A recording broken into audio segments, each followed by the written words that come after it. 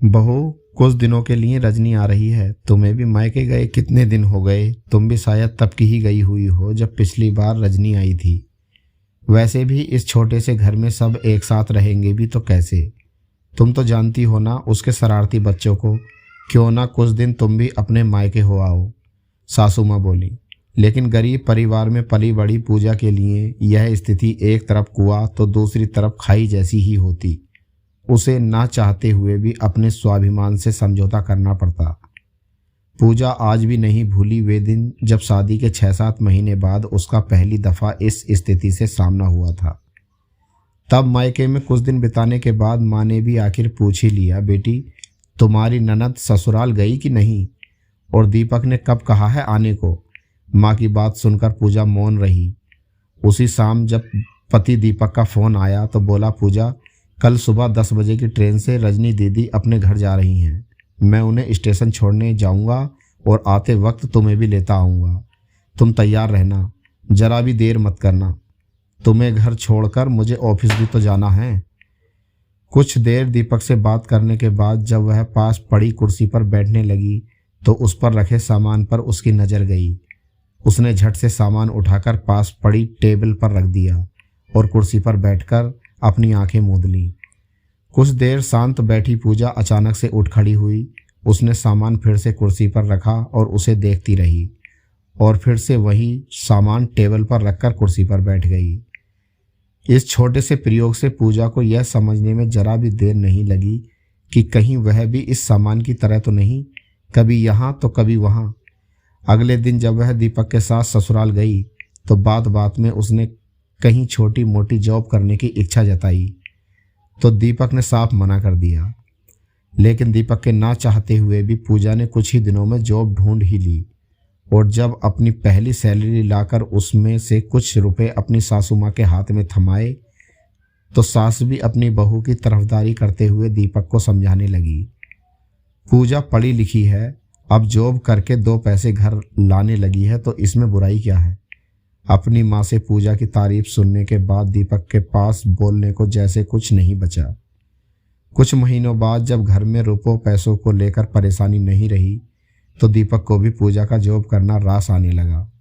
आज जब बेटी रजनी का फ़ोन आने के बाद सासू माँ ने पूजा को मायके जाने के लिए कहा तो हर बार की तरह मायूस होने की बजाय पूजा पूरे उत्साह से बोली, माँ जी मैं आज ही पैकिंग कर लेती हूँ, कल दीपक के ऑफिस जाने के बाद चली जाऊँगी। एक बार तो आत्मविश्वास से लबरेज बहू का जवाब सुनकर सासू माँ झेंपसी गई।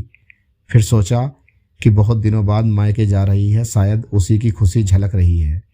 अगले दिन दीपक को ऑफिस के लिए विदा करके अपना काम निपटाकर पूजा ने मायके जाने के लिए इजाज़त मांगी तो सास ने कहा, मायके पहुंचते ही फ़ोन करना मत भूलना।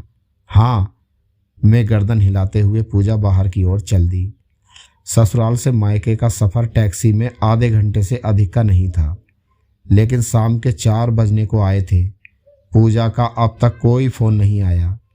सासू माँ ने उसे फ़ोन किया तो आउट ऑफ कवरेज एरिया बता रहा था। फिर उसके मायके का नंबर मिलाया तो पता चला कि पूजा अब तक वहाँ पहुँची ही नहीं। सास के पाँव के नीचे से ज़मीन खिसकने लगी थी। झट से बेटे दीपक को फ़ोन करके इस बारे में बताया। ऑफिस में बैठा दीपक भी घबरा गया। वह भी बार बार पूजा के मोबाइल पर नंबर मिलाने की कोशिश करने लगा और कुछ देर बाद जब रिंग गई तो दीपक ने अपनी पत्नी पूजा से पूछा, पूजा तुम ठीक तो हो ना? तुम तो मेरे जाने के कुछ ही देर बाद मायके निकल गई थी, लेकिन वहाँ पहुँची क्यों नहीं?